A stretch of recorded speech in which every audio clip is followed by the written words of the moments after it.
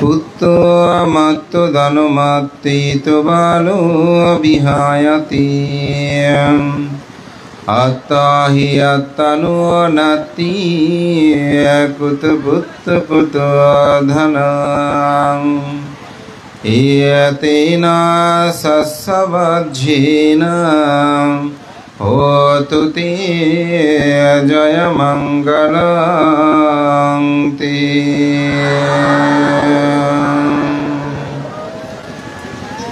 আমার পরম কল্যাণ মিত্র পরম জ্ঞাতি শিলঘাটা পরিনির্বাণ বিহারের বিশিষ্ট সাধারণ প্রাণ উপাসক বাবু অজিত বড়ুয়া, যিনি বাবুলের বাবা হিসাবে সর্বাধিক পরিচিত, আজকে তার প্রয়াণে এই পুণ্যময় অনিত্য এবং পুণ্যদান সভার পরমারাধ্য মাননীয় সভাপতি মোদীয় গুরুদেব বিদর্শনাচার্য বিমুক্তি বারিদি, শ্রদ্ধেয় সভাপতি ভান্তে, প্রধান অতিথি, প্রধান জ্ঞাতি, বিশেষ ধর্মদেশক, অনুত্তর পুণ্যক্ষেত্র ভূত পবিত্র মাননীয় ভিক্ষু সংঘ, সংঘের প্রতি বিনম্র চিত্তে শ্রদ্ধা অর্ঘ্য বন্দনা নিবেদন করছি। আপনাদের সকলের প্রতি আমি মৈত্রী চিত্তে পুণ্যদান ও আশীর্বাদ জ্ঞাপন করে আমার পরম জ্ঞাতি প্রয়াত অজিত বাবুর পারলৌকিক সদ্গতি কামনায় পুণ্যদান করছি।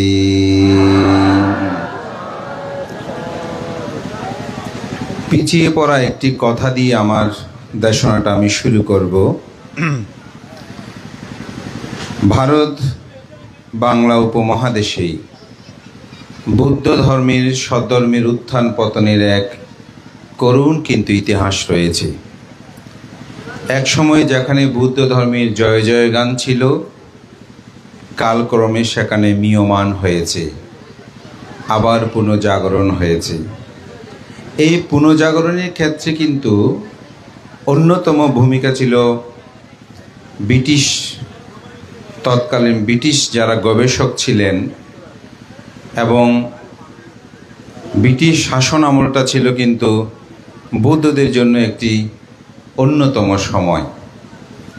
কারণ ব্রিটিশদের প্রায় বস্তিগুলো থাকতো কিন্তু যারা আমরা এখন বাবুর্চি বলছি, অনেকটা বৌদ্ধ ধর্ম অবলম্বী যারা ছিলেন তাদেরকে তারা অত্যন্ত বিশ্বাস করতেন এবং তারাই বস্তি হিসেবে তাদের কাছে বিশ্বস্ততায় তারা চাকরি করতেন। এবং বড়ুয়া বৌদ্ধদের তখন উচ্চ কোনো চাকরি থাকলে সেটাই হচ্ছে কিন্তু সবচেয়ে বেশি গ্রহণীয়, এবং তাদের অর্থনৈতিক অবস্থাও ছিল কিন্তু উন্নত অন্যান্যদের তুলনায়। বাকিরা অনেকটা কৃষি জীবন যাপনের জীবিকা নির্বাহ করত। তার এই ধারাবাহিকতা আমাদের গ্রামেও আমার জানা মতো হয়তো কিছু বাজ পড়তে পারে, বিশেষ করে সাইরের বাপ যাকে বলা হতো, এবং চন্দনের বাবা, আমাদের নিবানির বাবা এবং বাবুল্য বাপ যাকে আমরা বলি। সম্ভবত মুক্তিযুদ্ধ অনিল বড়ুয়ার বাবু বোধহয় তিনিও বাবুর্চি ছিলেন। আমি একটু চোখ বন্ধ করে ভাবছিলাম, তখন বাড়িঘরের যে উন্নত বাড়িগুলো ছিল তাদের বাড়িগুলোই অনেকটা কাঁচা করে, কিন্তু আর বাকি সব বাড়িগুলো ছিল বেড়ার ঘরের, অর্থাৎ তাদের অর্থনৈতিক অবস্থাটা ভালো ছিল বলেই অনেকটা তাদের বাড়িটা এরকম হয়েছে। এই কথাটা আমাকে আমার পাশে বসা বিনয়রক্ষিত বলছিল যে আমাদের এখানে কে কে বাবুর, তখন আমার এই কথাগুলো মনে পড়ল। বৌদ্ধরা তাদের সান্নিধ্যে যাওয়ার কারণে, ব্রিটিশদের সান্নিধ্যে যাওয়ার কারণে তারা যখন বলছে আমি বুদ্ধ ধর্ম অবলম্বী, তখন বুদ্ধ ধর্মটা কি এই বিষয়টা তারা অনুসন্ধান করতে গিয়ে অজন্তা, এলোরা, বুদ্ধগয়া বিভিন্ন জায়গায় আবিষ্কৃত হয়। আমি একটা উদাহরণ দিচ্ছি। এখনও আপনারা সবাই জানেন বাংলাদেশ বৌদ্ধ বিহার। এই বাংলাদেশ বৌদ্ধ বিহার যেটা বুদ্ধগয়াতে এখন প্রতিষ্ঠিত, ওখানে গেলে অফিস রুমের মধ্যে আপনারা একজন উপাসকের ছবি দেখবেন। এই উপাসকটা ছিল ইন্দিরা গান্ধীর কিন্তু খুব কাছের, সম্ভবত তিনিও বাবুর্চি ছিলেন বা কর্মচারী ছিলেন। এই ওনার বদৌলতে কিন্তু সঙ্গনায়ক বিশুদ্ধানন্দ মস্তবের মহোদয় এই জায়গাটা তিনি লাভ করে, অর্থাৎ তাদের অতি সান্নিধ্যে থাকার কারণে এরকমভাবে হয়েছে। তো আমি মনে করি তিনি যে কর্মজীবনটা তৎকালীন সময়ে শুরু করেছিলেন ঢাকা কেন্দ্রিক, আমি বলবো তখন কিন্তু এখানকার মানুষ চট্টগ্রাম এবং ঢাকাতে গিয়েছে তার সংখ্যা খুব কম। এবং তিনি যখন ঢাকা থেকে আসতেন, বিশেষ করে এই পরিবারের সাথে আমাদের ভাই বোনদের একটা সম্পর্কতা নিবিড় ছিল। আমরা সবাই অনেকটা সমবয়সী ছিলাম, বিশেষ করে ভূপাল এবং দীপাল, তারা আমাদের সমবয়সী। আবার বাবুলদা এবং ঝুনুদি, ওনারা আমার বোনদের সাথে, ভাইদের সাথে, যার কারণে তিনি ঢাকা থেকে আসলে ঢাকার কিছু বিস্কিট এসেই মাঝে মধ্যে কিন্তু আমরা লাভ করতাম এবং এটাকে অনেক সুস্বাদ্য এবং অনেক গুরুত্বপূর্ণ হিসেবে আমরা গ্রহণ করতাম। এবং তিনি দীর্ঘ সময় এবং ঢাকাতে এই বস্তি জীবনেই, অর্থাৎ সাহেবদের এখনকার সময় যেরকম ঘরে ঘরে বা মেজান ভিত্তিক বা অনুষ্ঠান ভিত্তিক সেরকম না, অর্থাৎ বস্তির আন্ডারেই তিনি জীবনে চাকরি বাকরি করে তার জীবনকে অতিবাহিত করেছেন এবং তাদেরকে প্রতিষ্ঠা করেছেন। এবং সে সময় তাদের একটি অন্যরকম মূল্যায়নও কিন্তু থাকতো। তো আজকে আমি মনে করি এদেশে বড়ুয়া বৌদ্ধদের যে একটি জাগরণে আমাদের পরম শ্রদ্ধেয় প্রজ্ঞবংশ মস্তক মহোদয় তিনি এই বিষয়ে কিছু বিস্তারিত প্রবন্ধে তিনি তা কিন্তু উল্লেখ করেছেন। তা আমি মনে করি তিনি সে সময় একটি সমৃদ্ধময় পেশায় সেখানে নিয়োজিত থেকে এই পরিবারকে রক্ষা করেছেন, সমাজ জাতির কল্যাণে যতটুকু নিবেদিত। আমি আস্তে আস্তেই আমাদের কৃতি সন্তান অনাদি রঞ্জন দাদার বক্তব্য শুনছিলাম, যেটা হয়তো তিনি না বললে আমিও বলতাম। তিনি যখন রাজার পাঠটা করতেন আমাদের ছোটবেলায়, এত সুন্দর ওনাকে মানাতো, এটা স্বাভাবিক। দেখতে তিনি সেরকম সুন্দর সুঠাম দেহের অধিকারী তিনি ছিলেন এবং রাজার পাঠটা উনি করতেন, বিশেষ করে উনি অথবা অনিল দা, তাদের দুজনের মধ্যে হয়তো দুই রাজার দ্বন্দ্ব হতো। কথাগুলো আমার মনে নাই, কিন্তু তারা দুজনেই দুই রাজত্ব নিয়ে হয়তো তাদের মধ্যে দ্বন্দ্ব হতো এবং সেরকম তাদেরকে মানাতো। আজকে তিনি নেই, তিনি সাংস্কৃতিক মনা ছিলেন এবং তার পরিবারকে সেভাবে গঠন করেছেন। জগতের সব কিছু অনিত্য, বুদ্ধ এটি বলেছেন, পুত্র মাত্র ধানমাত্র ইত বাল বিহায়াতি আত্মাহি আত্মাননাত্মি কুত পুত্র কুত দানাং। আমার পুত্র আছে, আমার ধন আছে, এই রূপ চিন্তা করে অজ্ঞলোক দুঃখ পায়। আমি আমার নয়, কীরূপে এই ধন সম্পদ অট্টালিকা আমার হবে। তা আমি মনে করি এই চেতনাটা আমাদের মধ্যে যদি জাগ্রত থাকে, তাহলে অবশ্যই আমরা কখনো কোনো ধরনের পাপকর্ম, হিংসাকর্ম সম্পাদন করব না। আমার যখন হারিয়ে যাওয়ার ভয় থাকবে, তখন আমি সবসময় সচেতন হব, জাগ্রত হব। এটাই হচ্ছে আসলে মরণানুস্মৃতির মূল কথা। আমি মরণানুস্মৃতি করলাম, কিন্তু আমার লোভ, দেশ, মোহকে আমি নিয়ন্ত্রণ করলাম না, তাহলে মরণানুস্মৃতির সার্থকতা হয় না। তা আমি মনে করি আমাদের মধ্যে সেই চেতনাবোধটা জাগ্রত হোক। আমার কথা দীর্ঘই করব না, প্রকৃতির বৈরিতা আছে, এটি আমি মনে করি এখন বর্ষাকাল স্বাভাবিকভাবে। তো আমি আজকে ওনার সন্তানগণ যেভাবে মহান ভিক্ষু সংঘকে আহ্বান করে এবং জ্ঞাতি স্বজন, বিশেষ করে আমার এখানে একজন অত্যন্ত আপনজন, তিনি বৌদ্ধ ধর্মীয় কল্যাণ ট্রাস্টের ট্রাস্টি ছিলেন, বিশিষ্ট রাজনীতিবিদ রঞ্জন বাবু। ওনাকে দেখে আমি অবাক হলাম। মনে পড়লে একবার তিনি আমাকে বলেছিলেন, সেটা আসলে আমার মনে এখানে এসেই বিস্তারিত সেটা জানলাম। এই পরিবারের পরম জ্ঞাতি বিভিন্ন সুবর্ণোদ্দায়ীরা এখানে উপস্থিত হয়েছেন। জ্ঞাতির বন্ধনেই বন্ধিত রেখেই আমি মনে করি তিনি যে জীবনটা অতিবাহিত করেছেন তার পুরস্কার তিনি আজকে লাভ করেছেন। এখানে পরিশেষান্তে মহান সংঘকে বন্দনা জানাই। আসলে গত 2 দিনেই আমি এখানে এসেছি বলা যায়। গত পরশু দিন গরুবান্তর অনুষ্ঠান ছিল, আসলাম। গতকালকেও আমার কাকাতো ভাই আনন্দের সঙ্গদান ছিল বান্দরবান, সেখানে আসলাম। আগামীকালও আমার একদম বোজপুর অনেক দূরের প্রোগ্রাম আছে, একটু ভার্সিত প্রোগ্রাম আছে।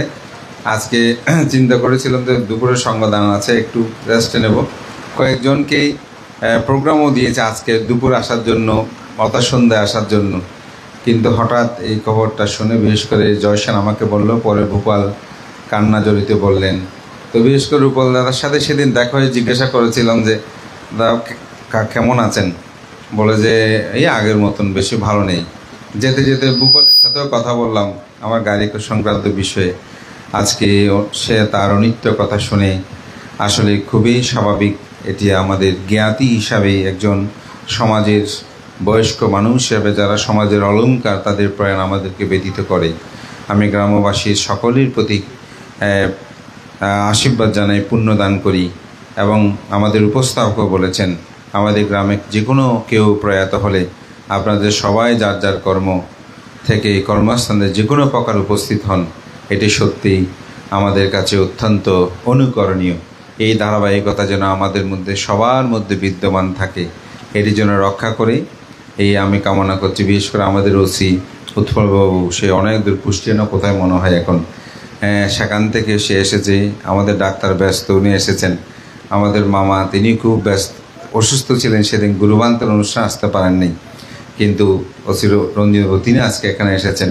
অর্থদর্শীবাবু আসবেন না আসবেন বলতে, ওনার একটা খুব অ্যাপয়েন্টমেন্টটা তো আজকে লাস্ট ডেট ওনার একটা কাজের, তো ওনার সাথে কথা বললাম, দেখছি না উনি আসতে আর পারবে না।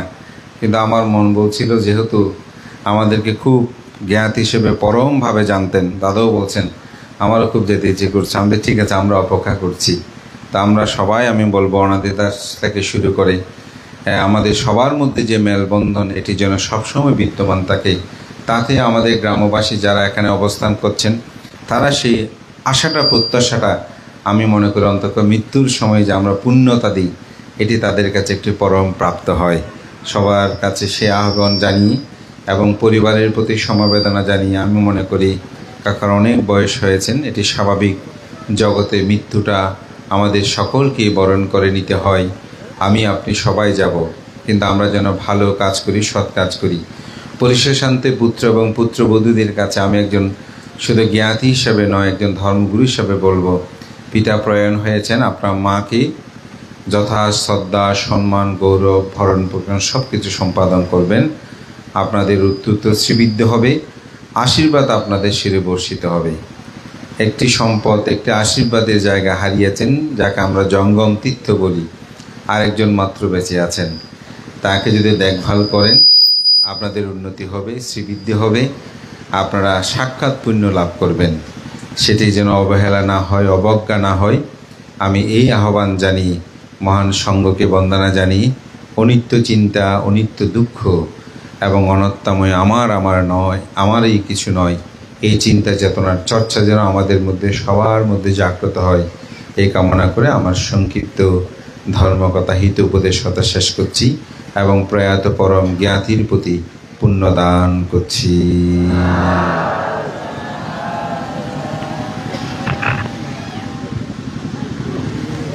এখন উৎসর্গ করা হবে।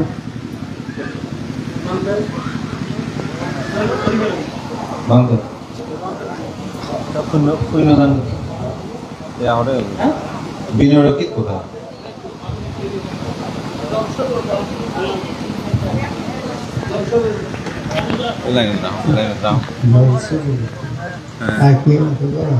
না না, আর বৃষ্টি পড়ে তাই না, টাইমে হইতে পারে। বৃষ্টি পড়লে তো যাওয়া আছে তো কষ্ট।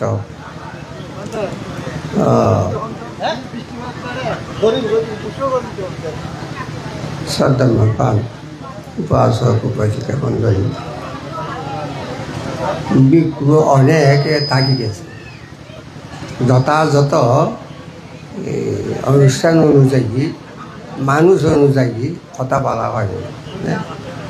তো পণ্ডিত বান্ধারা যেভাবে পারে সেইভাবেও বলেনি, কেন ওই মানে দুর্বলতা হয়েছে, সবার দুর্বলতা হয়েছে। তো আরম্ভ হয়েছে 3টা, হ্যাঁ 3টে হইতে আরম্ভ হয়েছে। তো আরও কত সময়, তো আপনার সকলেই জল ঢেলে উৎসর্গ পুণ্যদান করুন। এই পুণ্যগুলো যাতে সকল পানি শুকিয়ে, আমরা তো বলে থাকি না, কিন্তু উদ্দেশ্য তার বাবুলের বাবুলের না, তো ওনারও যথেষ্ট শান্তি লাভ করা হবে। আর বাদ বাকি যারা থাকে তারাও মানে পূর্বের বর্তমানে পুণ্যগুলো লাভ করে থাকে। হ্যাঁ, তো আমরা তো শহরেই অনিত্য জগতের মধ্যে জন্মান্তরী না। তো অনিত্য যথার্থভাবে আমরা বুঝি না বলে মন উদাসীন থাকে, হ্যাঁ, বাবা কোনো নয়। তো আপনারা সকলেই পঞ্চশীলকে দীক্ষিত হয়েছেন, পঞ্চশীল স্মরণ করে জল ডালুন, যাতে বাবুদের তৃতীয়া সদ্গতি হয়, স্বর্গবাসী হয়, সকলেরই খাইব না। তো বান্তেরা তো যারা বলেছেন না, তারা তো সুন্দর কথা বলেছেন না। তো আপনার সকলের প্রতি পুণ্য দান দিচ্ছে, আপনার সকলে সুখী হন। আমি ভিক্ষু সংঘকে আশীর্বাদে জানালাম। সন্ধ্যা সমাগম হয়েছে, আমাদের যার বাসস্থানেতে চলে যাবে। তো ফতেঘাটে যেমন ইয়া নয়, বাধা পাত্র নয় না, অন্তরায় নয় না, বর্তমান পরিবেশও সেরূপ হয়েছে না। তো আপনার সকলে শান্তি সুখ মানসিকভাবে চিন্তা করে আপনারা চলাফেরা করবেন, আপনারা আপনার পুণ্য দান দিবেন। এই পুণ্য দান দেওয়া হলো আমাদের উত্তম কাজ না, সকলে বলবে না। Idang yatinang hutu sugita huntu yatayo. Idang yatinang hutu sugita huntu yatayo. Idang yatinang hutu sugita huntu yatayo. Unabi udahang matang yata dinang pawatai. Ewamiwa itu dinang pita nang barapai. Katabari bahapura paripuranti sagang. Ewamiwa itu dinang pita nang barapai. Tawata sami sambata ge punya sampadang. Sabbe deva sabbe bhuta sabbe manusia. Sabbe naga sabbe aka sabbe satta sabbe veta anudandu. Sabba sampati dia akasata sabumata devanaga mahidiya. Puyantang anuditva siranakantu buddha sasanang. Puyantang anuditva siranakantu buddha sasanang. Puyantang anuditva siranakantu mangparang. Ingina apuye kamina mami bala samagamu. Satange samagamu hutu yawanibana pantia.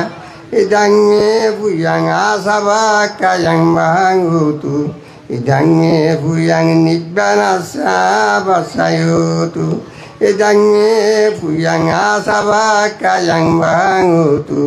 Idange puyang nibbana sabasayutu. Idange puyang asabaka yang banghutu. Idange puyang nibbana sabasayutu. Ingena puye kamina sabbe satta suitandu. Samba dukkha tu pangusau. Mayampi dukkha tu pangusatwa. Barang nibbanang papuni tunya samiti. Sadhu. Sabai suki.